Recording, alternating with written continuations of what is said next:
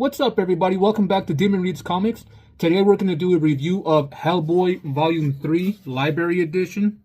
I know, guys, stick with me. I still got 4 more to go after this, and I'm going to keep saying that because, yeah, we still got 4 more, and I'm not getting tired of these at all. Like the Sin City ones, I'm just enjoying every much of it. And as a matter of fact, if I can be 100% honest, this one, it kind of, the first one was great. Volume 1 was great. Volume 2, I was kind of like iffy with the short stories. But this one brought me back to like the, oh my god, this is so amazing. So anyway, like I said, this is Hellboy Library Edition Volume 3. It has 328 pages, which is actually, I want to say, almost about 40 to 50 more pages than the first 2 volumes. Now, it says in the front that it collects Conqueror Worm and Strange Places. But the way it kind of breaks down is, yes, the first, like, half of this book is from the Conqueror Room. I think there's 4 issues. Actually, it's 4 issues or 5 issues. Hold on. I'll tell you guys real quick. Oh, there we go. Yeah, and then there's actually the Strange Places. But Strange Places is actually 2 separate stories. There we go. 4 chapters, yeah. So Conqueror Worm has 4 chapters. And then Strange Places is divided up into 2 stories. One's called The Third Wish, and the other one's called The Island. So it's 2 different stories in that. So technically it's not just Conqueror Worms and Strange Places. Technically it's supposed to say Conqueror Worm, The Third Wheel, and The Island. But I don't know why they just put Strange Places. Anyway, it does have beautiful sewn binding. This one's a little bit more up. This is the way your books are supposed to look with the sewn binding. They're not supposed to be straight, because this is actually what lets the book kind of lay down flat when you're reading it. So, like for example, if it's like this on flat surface, it's what kind of lets it kind of go up and open all the way, so there's not that much gutter loss in between. So when the actual sewn binding in itself is straight, it's not wrong, but it's not the way it's supposed to be. Anyway, guys, it is published by Dark Horse Books. I used to say Dark Horse Comics, but if you really look at it, it actually says Dark Horse Books. So, now, as far as the people that worked on this, it's kind of like the other one. It's kind of like the first volume. So, for example, in The Conqueror Worm, it's by Mike Mignola, colored by Dave Stewart, lettered by Pat Brusso, introduction by Guillermo del Toro, and edited by Scott Ali. Now, the introduction is kind of like somebody that read it, and they throw in an introduction. So this one's by Guillermo del Toro. Now, as far as, there we go, Strange Places, the first one, actually, no, as far as Strange Places, because the other ones doesn't, like, for example, Third Wish, the Third Wish doesn't say anything about it. It's Hellboy Strange Places. This one's also by Mike Mignola, colored by Dave Stewart, lettered by Clem Robbins, which is different from the other person, and introduction by Gary Gianni, which is also different, and edited by Scott Ali. So it looks like the same people worked on Conqueror Worm that worked on Strange Places, which is the Third Wish, and The Island. But the only difference is the people that worked on the letters. So on Strange Places, which is the Third Wish, and The Island, is Clem Robbins, as opposed to, oh, come on, introduction, as opposed to the Conqueror Worm is by Pat Brusso. So I don't know whether they do different people. I mean, the story doesn't change. I don't know about the letter. You know, as a matter of fact, give me one quick second. I do want to check something out. Because it's not until that I'm actually doing these reviews that I actually pay attention to little things like that. Oh yeah, the lettering is a bit different. A tiny bit. Like, if you're kind of going back and forth and looking at them, you can see the difference. But if, like, for example, if you're just reading through, you won't even tell the difference. The art is all the same. But yeah, the lettering is a little bit different from the 2. Wow, I didn't notice that. Anyway, so I was going to say, let's go ahead and crack this open. I pretty much already cracked it open a few times, but let's go ahead and crack it open. We'll talk about the first story, The Conqueror Worm. We'll talk about the other 2 stories. I don't really want to talk about the last story called The Island. That one just goes too much into detail about, long story short, when they were getting ready to put out Strange Places, the island, Mike Mignola got upset because it was around the same time the movie was coming out, and they were kind of spoiling the movie, or a whole bunch of stuff in the movie before Mike Mignola put it out. So he just kind of went in and let everything out on this one. So there's a lot of information in that one. So anyway, let's go ahead and crack this open and talk about the plots a little bit. Alrighty, guys. So let's go ahead and crack this open and talk about this book a little bit. These are actually kind of big books, so it's kind of tough to try to get the whole thing in frame. But I tried my best, guys, with what I got. My desk is kind of small. Like, you're seeing the book, I probably have about a good 5 inches on one side, 6, maybe 7 inches on the other, and like 2 inches up top, and that's how big my desk is. It's only big enough so I can put a laptop and maybe a little bit of paperwork on here, and that's about it. So yeah, gotta work with what you got, right? So anyway, guys, I apologize if it's like kind of crammed in here. Anyway, Hellboy, Library Edition, Volume 3, Conqueror Worm, first story, Conqueror Worm by all the people right here. Let me bring this down just a little bit. There we go. I absolutely love this story of Conqueror Worm. Why? Because spoilers for the last couple of stories from, Volume 1 and Volume 2, which I'm going to say it right now. Spoilers a little bit for Seed of Destruction, Wake the Devil, The Chain Coffin, The Right Hand of Doom, all the short stories that I read in Volume 2. And the reason I'm saying that is because certain individuals come back. Like this guy in the head, Von Klaupt, he comes back. This guy right here, the homunculus, which his name is Roger now because Hellboy named him, he comes back. And we get introduced to a brand new character, this guy right here, Lobster Johnson. Oh, that guy is amazing. So, this is the introduction. Chapter 1. Just like every other single Hellboy story, I was actually kind of seeing the review of somebody kind of break it down, and it looks like I don't say the same thing, or I'm not the only one saying this. Other people say the same thing, how there's always a story about, like a backstory of what's going on before you get into details. But anyway, there's this castle. They're in some crazy, castle, with the Nazis. They're getting ready to, the Nazis are pretty much trying to send out a rocket ship to space.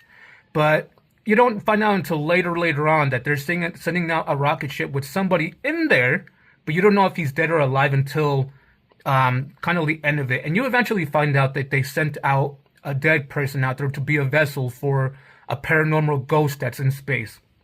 So you find out all that eventually, right?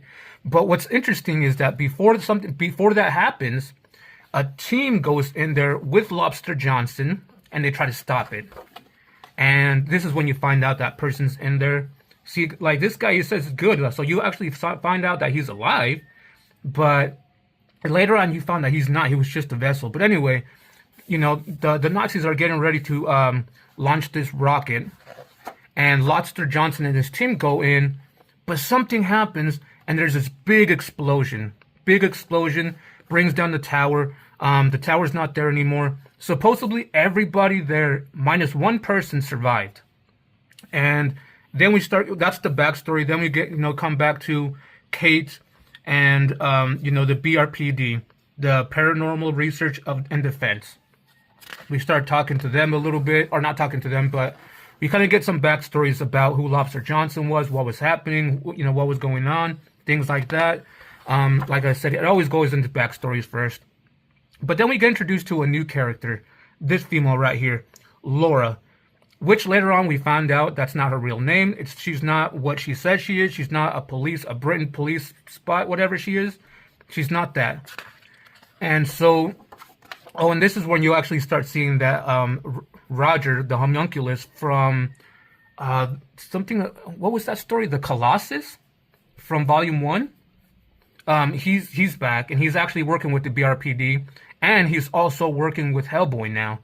And so, before, we get all this introduction, one of the main people from the BRPD pulls Hellboy to the side and is like, hey, this homunculus guy, Roger, I know he's part of the team. How is he doing? He's doing good. yeah, you know what? He's expendable, though. You know, we don't know what he can do. He's already did this. He did all this. And if something happens, we planted a bomb in his head. And if something goes wrong, I want you to go ahead and press this trigger and kill Roger. And Hellboy's like, man, that's messed up. He takes the little thing, but he doesn't want, he doesn't want to, and he kind of walks away like, I don't want to talk about it. I'll talk about it later. So then he kind of meets back up with, Hellboy meets back up with Laura and Roger, and they go to that castle. They climb it up. Then we get a backstory of how Laura knows about this castle, which is all BS. But she's telling them the story. And then there's this guy right here that's telling them to turn back. Who is this guy? Well, we don't actually know who this guy is, but we do find out later on who he is. He's supposedly a Nazi guy. He's a ghost.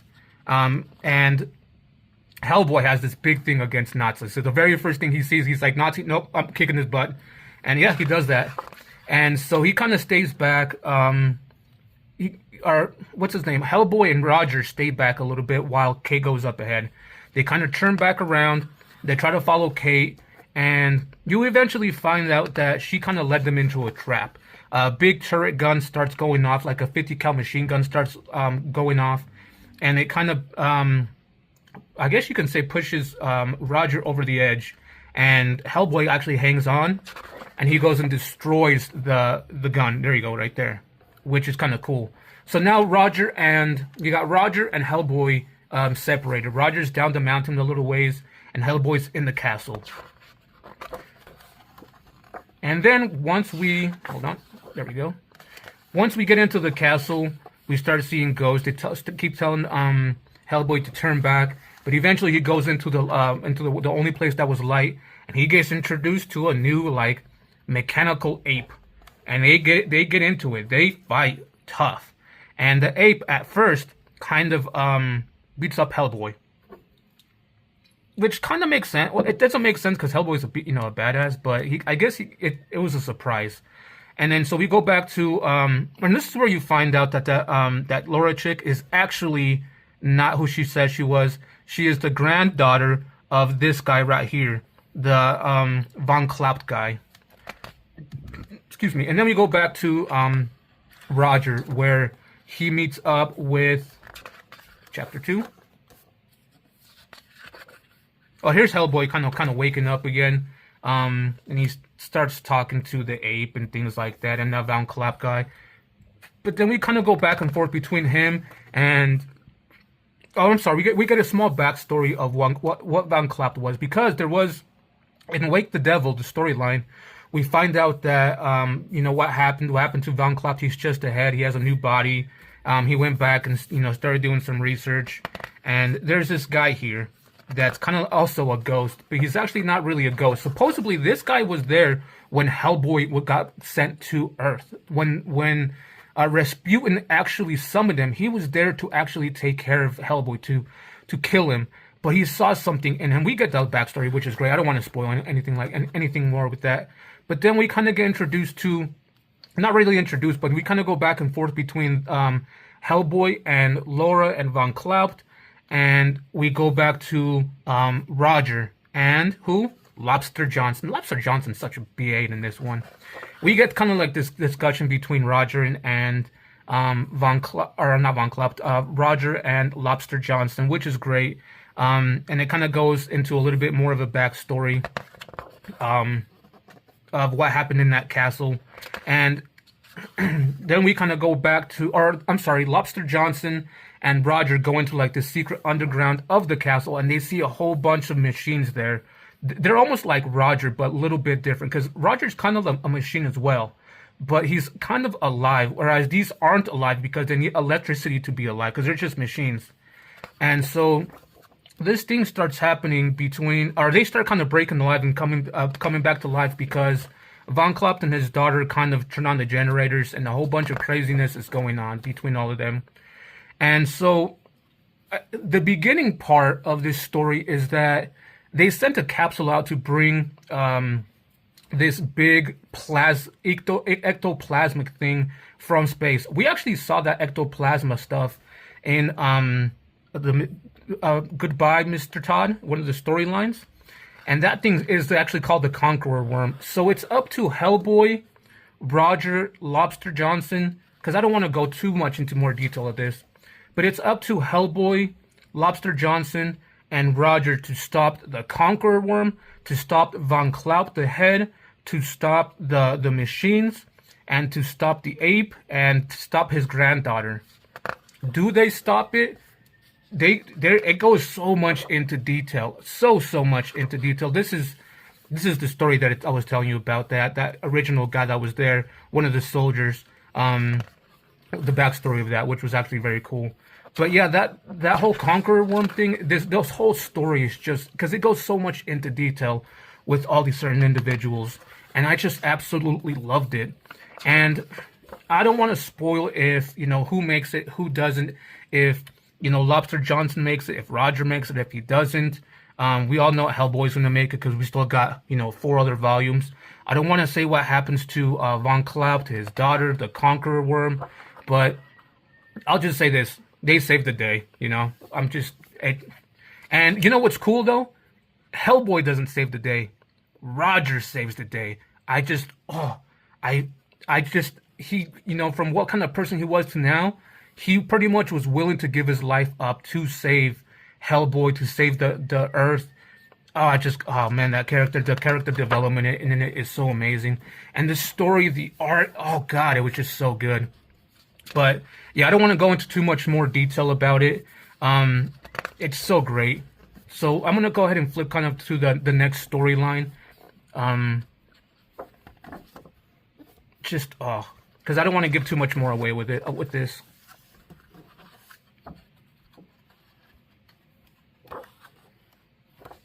There's just a little bit more. I do want to say though, at the end, when everything is said and done, Hellboy goes and talks to the main guy at the BRPD. He's like, you know what?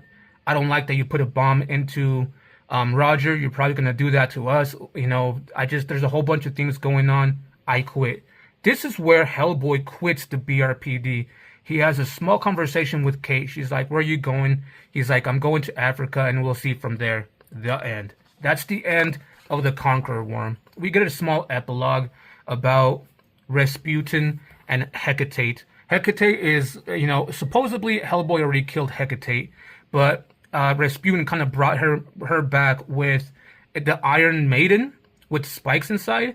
He put Isla Halpstein in there and kind of resurrected the Hecate. Isla's not really in there anymore. It's still the Gorgon-eyed Hecate now. And she explains how at the end of everything, the end of the world, it's always going to come down to Hecate and Hellboy. So there's a little backstory with this.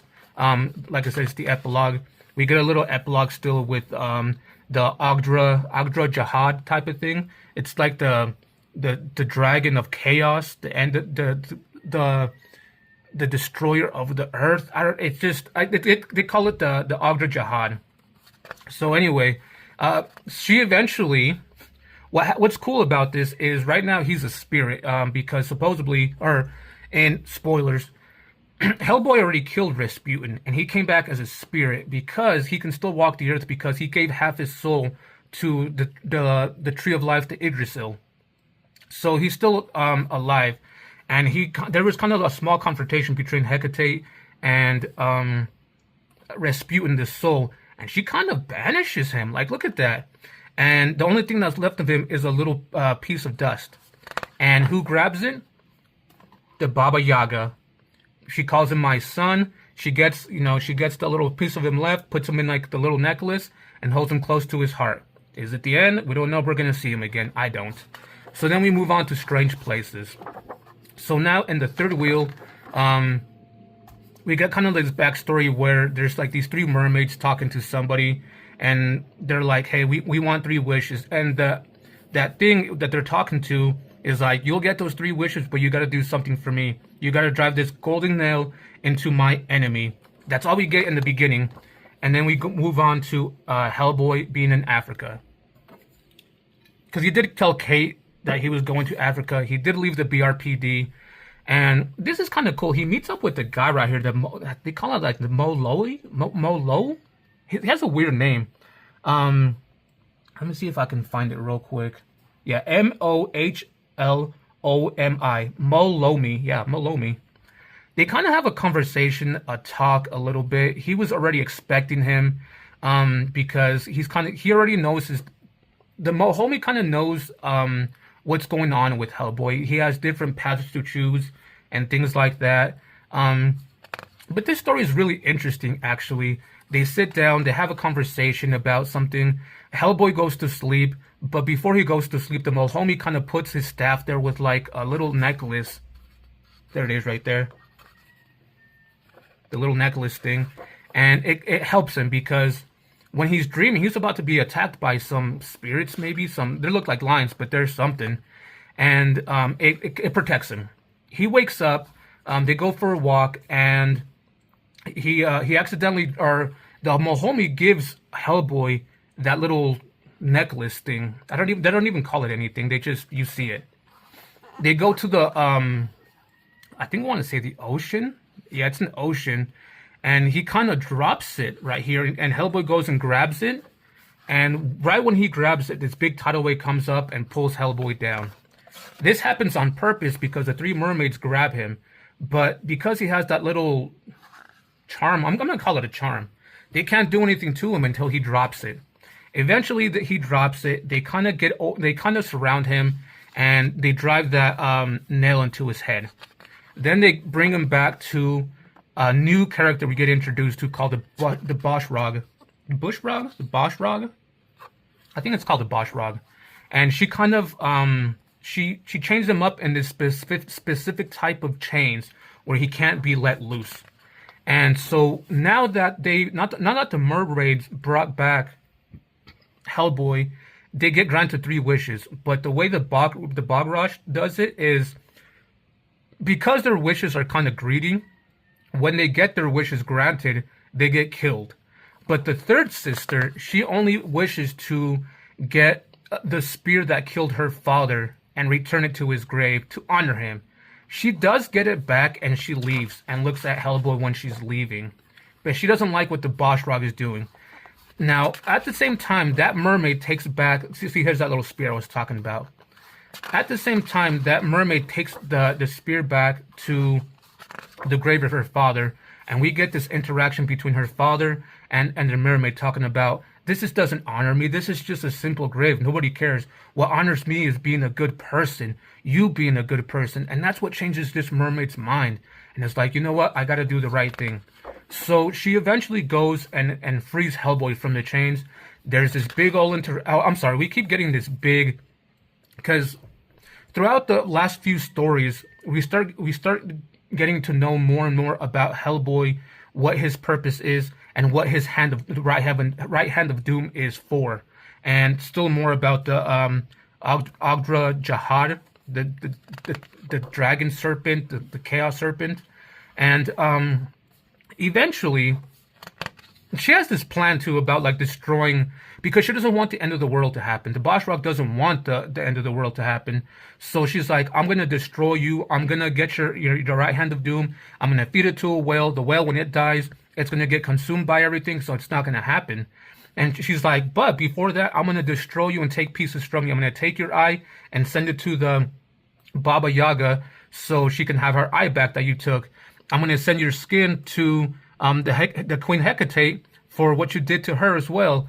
And then she's like, and I'm going to eat your heart and drink your blood. It was crazy. But anyway, so eventually that mermaid comes back and frees. We get this little interaction here with the people in I think they call it elsewhere. I don't even know if it's like hell or something like that. But this Sir Edward guy, he has a little bit of love for Hellboy. And you've seen him before a couple times, but because you don't see him that often, I can't be like, this is exactly him. See right here, Hellboy the corpse. I actually haven't even read the corpse yet. Actually, no, yes, I did. So that's how I know Sir Edward. Actually, the corpse was actually in the volume 2.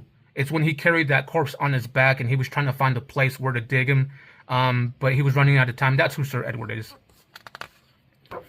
So eventually, that mermaid comes back and breaks Hellboy free.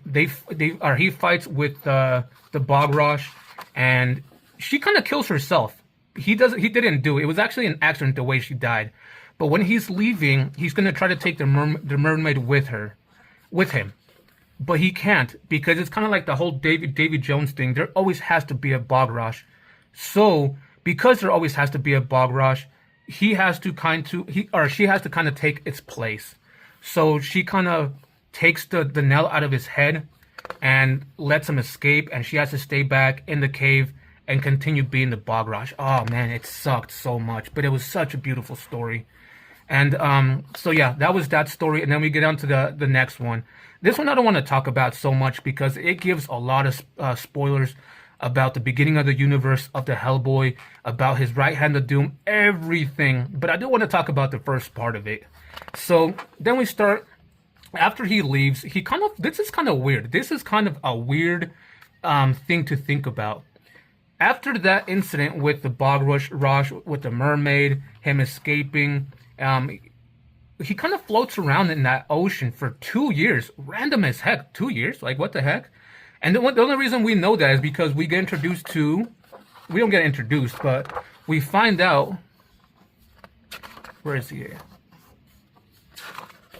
The Hecate comes back, and they said something, and it's been like 2 years. So that's how we know it's been 2 years.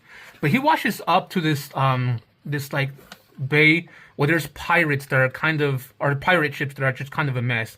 And he goes into to one of the ships, and he has this kind of interaction with the people there, with the pirates there. They kind of start drinking, having a song, drinking rum, and then they hear something. When he turns around and then looks back, they're all dead. And yeah, that was kind of weird. It was weird, but it was funny because they're just ghosts. And he could see ghosts, obviously, right? So who was it that was kind of banging around? It was the Hecate. Then we get this big old interaction with them again. You know, something we've heard of before in Wake the Devil. It's right here, over 2 years. See, yeah, we kind of get this interaction with them. You know, about what's supposed to happen, how they're supposed to, you know, be together at the end. He's supposed to fulfill his purpose, things like that. Everything we've heard of already before, it kind of breaks it down again here. And then he kind of walks away from her and throws the rum, and he goes to this castle right here. At this castle, he meets up with this person right here, and this is kind of where everything breaks down about the beginning of the universe, how it all started, about there's the Conqueror Worm, by the way. Oh, I'm sorry, not the Conqueror Worm. Those are the big, you know, how those big frog serpent looking things, that's what that is, not the Conqueror Worm. But yeah, there's this big explanation of how everything got started, and then towards the end of it, we get this script. Not really script, it's just kind of like, it was weird that it got put in there. Like I said, Mike Mignola didn't want it to put in there yet, but because they put it into the Hellboy movie, we get introduced to this kind of stuff right here. The Ogdru. I keep saying Ogdru. It's Ogdru Jahad, the dragon. The dragon that's in prison with the 7 heads. The dragon with the 7 heads, the bringer of destruction and chaos. The Ogdru Jahad. We get introduced to that guy. Like I said, it's a big backstory of how the universe came to be, how the Ogdru Jahad got in prison, how he came to be, things like that. And I don't want to, you know, give spoilers on this story. It was kind of weird. I loved the first 2 stories, absolutely love them. But this one took a very different turn than I thought, in the sense that it felt rushed. And so I don't want to give too much more of this away. Let me flip through this. We do get a small epilogue at the end, which is kind of a nice epilogue. But anyway, then we get this afterwards of Mike Mignola and how he was talking about that whole stuff about them putting it in the movie first. Unused pages. These were cool. I'm going to kind of flipping through the quick because I know this video is going to get kind of long. I like it that they go from scripts to more detailed and then to color.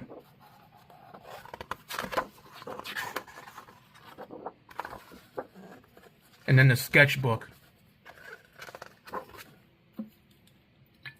Herman von Klaupt, his head in the jar. Von Klaupt. Klempt. I kept saying Klaupt, but it's Klempt. Herman von Klempt. Klempt. Okay. Nazi designs reptile humans. Oh, they call them the reptile humans. Okay. See, that's what I like about this. Studies for American soldiers way more than I needed, but I was having fun. He like studied how to, how to draw certain things and his designs for certain, like this approach right here. The castle. They call it the Osterreich Castle. Man, some of the names he gives for some of these people, I can't even pronounce them. I look at them and I'm like, no, you know what? Just skipping it. But here's the Bogrosh. Yeah, I did say it right. Bogrosh. It sucks that mermaid had to stay back. Kind of like the Davy Jones thing.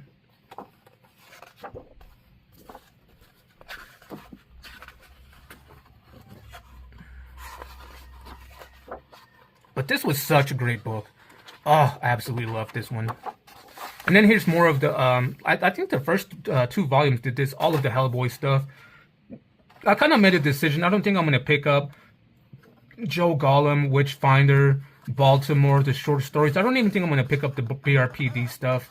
If I do, I'm just going to read it online. I might pick up the Lobster Johnson, though. I might. But I did try to find Volume 1, and it's like $150 on Amazon. Like, I didn't find it anywhere else, so yeah, I might have to read Lobster Johnson online. But anyway, here's the back of the end page. And again, I always keep the little barcode just in case something happens. It comes on this, but it comes off very easy because it's cloth, so I put it in here. But even right here, I can peel it off very easily. See, I'm already lifting it up. So anyway, guys, let's go ahead and move on to the last section of this video, which is the rating of this book, and see what you guys think. Alrighty, guys. So Hellboy Volume 3 Library Edition. Before I give a rating, let's do a quick recap of this. Like I said, this is Hellboy Edition Volume 3. It has 328 pages and collects stories of Conqueror Worm, Strange Places, but Strange Places is broken up into 2, which is The Third Wish and The Island. It does have sewn binding, and it's published by Dark Horse Books. Now, what do I give this one so far? This book alone as a rating. I'm giving this a solid 4. That last story, I kind of hated how rushed it was, but I understand why Mike Mignola did it. If it wasn't so rushed into it, I would have given this a 5. But, oh man, just the first 2 stories alone, oh god, it was just so amazing. The art, the story behind it, the introduction of Lobster Johnson, how, Roger, they started using him as a character for the BRPD, and he's not just an enemy anymore. And, oh man, it was, the redemption arc for one of the mermaids. Unfortunately, she had to become the Bogrosh, it's just, oh, it was just an amazing story. Out of all the 3 books so far, I'm going to give this one 8. Like, this one's top tier, my Hellboy. Conqueror Worm is so far my top favorite story so far. It was just such an amazing story. Such an amazing story. So yeah, I'm giving this a 4. For sure. Now, the overall story arc of Hellboy so far, I think I'm going to stick to a 3 so far. A solid 3, because it's still very, very repetitive. I know it's just that's how superheroes are.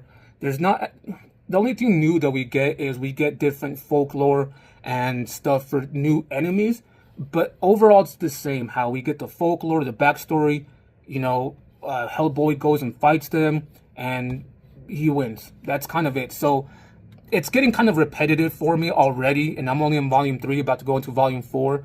But I still love it. It's just so amazing. I mean, I'm expecting it, but because it's so repetitive, that's why I'm gonna give it a solid 3. But this book alone, I'm giving it a 4. So.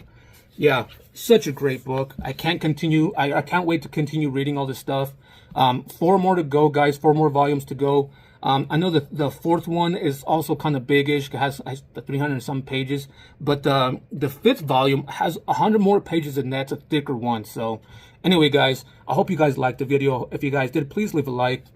If you guys read all the stories that I've reviewed so far, Conqueror Worm, Strange Places, Seed of Destruction, Wake the Devil, and everything from Volume 2, let me know if you guys like the stories. Let me know which one you guys like best. Don't give any spoilers away for anybody that hasn't read it. But let me know what your favorite stories are from Hellboy. And let me know if maybe you guys think I should pick up any of the other stuff like the BRP. I don't really want to pick up the BRPD because there's so much of it. I'm gonna have like 15 omnibuses, which is, you know, each one's gonna be like this big, and I don't have the space for it. But if you guys recommend me read, you know, maybe Baltimore and Witchfinder, I'll maybe read it if you guys really recommend it. But I might branch out and read more stuff from Mike Mignola. I know he did this one.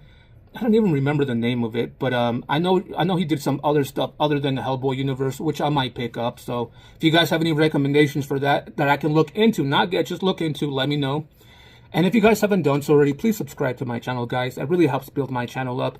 I appreciate everybody that's been watching, liking, commenting, and subscribing to my channel. It's been helping my channel a lot. It's been helping me grow. I appreciate it, guys. Thank you very much from the bottom of my heart. I really do appreciate that, guys. So all that being said, guys, let's continue this ride with Hellboy. And you know, the next one, be on the lookout for Hellboy Library Edition Volume 4. All that being said, guys, take care, stay healthy, guys, and we'll see you guys on the next one.